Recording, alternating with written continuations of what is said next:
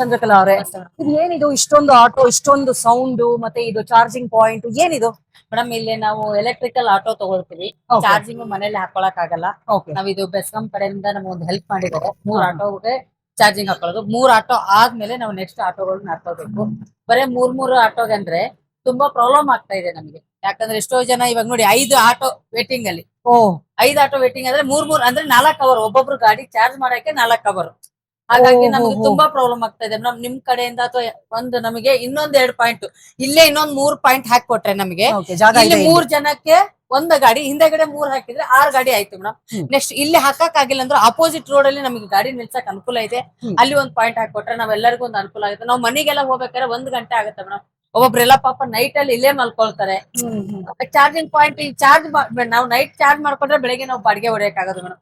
ಅಲ್ಲಿವರೆಗೂ ನಮ್ಗೆ ಏನು ಮಾಡಕ್ ಆಗಲ್ಲ ಅಲ್ವಾ. ಆ ಒಂದ್ ಕಾರಣಕ್ಕೆ ನಾನು ನಿಮಗೆ ಒಂದು ಓಕೆ, ಇಲ್ಲಿ ಇರೋದು ಎಷ್ಟು ಯೂನಿಟ್ ಇದೆ ಈಗ ಸದ್ಯಕ್ಕೆ? 3. ಬರೇ 3 ಇರೋದು ಮೇಡಮ್. ಸೊ ಈಗ ಒಂದು ಆಟೋ ಅಥವಾ ಬೈಕು ಅಥವಾ ಕಾರು ಚಾರ್ಜ್ ಆಗಕ್ಕೆ ಎಷ್ಟೊತ್ತು ಬೇಕಾಗುತ್ತೆ?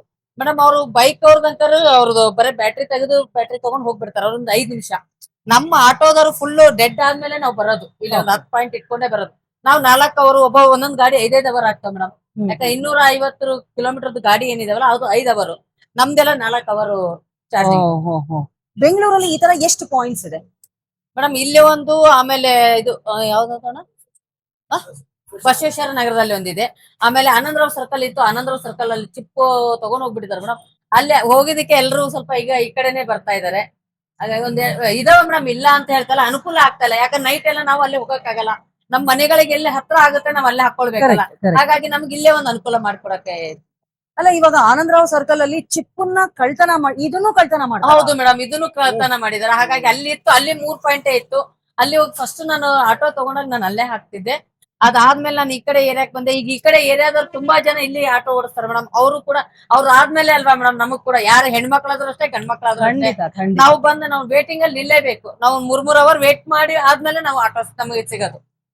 ಸೊ ಈಗ ನಮ್ಮ ಚಂದ್ರಕಲಾ ಮತ್ತೆ ಬೇರೆ ಆಟೋ ಡ್ರೈವರ್ಗಳ ವತಿಯಿಂದ ಸರ್ಕಾರಕ್ಕೆ ಆಮೇಲೆ ಬೆಸ್ಕಾಂಗೆ ಒಂದು ಸ್ಪೆಷಲ್ ರಿಕ್ವೆಸ್ಟ್ ಏನು ಅಂದ್ರೆ, ಈ ಪಾಯಿಂಟ್ಸ್, ಚಾರ್ಜಿಂಗ್ ಪಾಯಿಂಟ್ಸ್ ನ ಜಾಸ್ತಿ ಕಡೆ ಮಾಡಿ ಅನ್ನೋದು ಒಂದು. ಆಮೇಲೆ ಆನಂದರಾವ್ ಸರ್ಕಲ್ ಅಲ್ಲಿ ಕಳ್ತನ ಆಗ್ಬಿಟ್ಟಿದೆ, ಅದನ್ನ ಆದಷ್ಟು ಬೇಗ ಅಳವಡಿಸಿ ಅಂತ ಕೇಳ್ಕೊತಾರೆ. Thank you very much.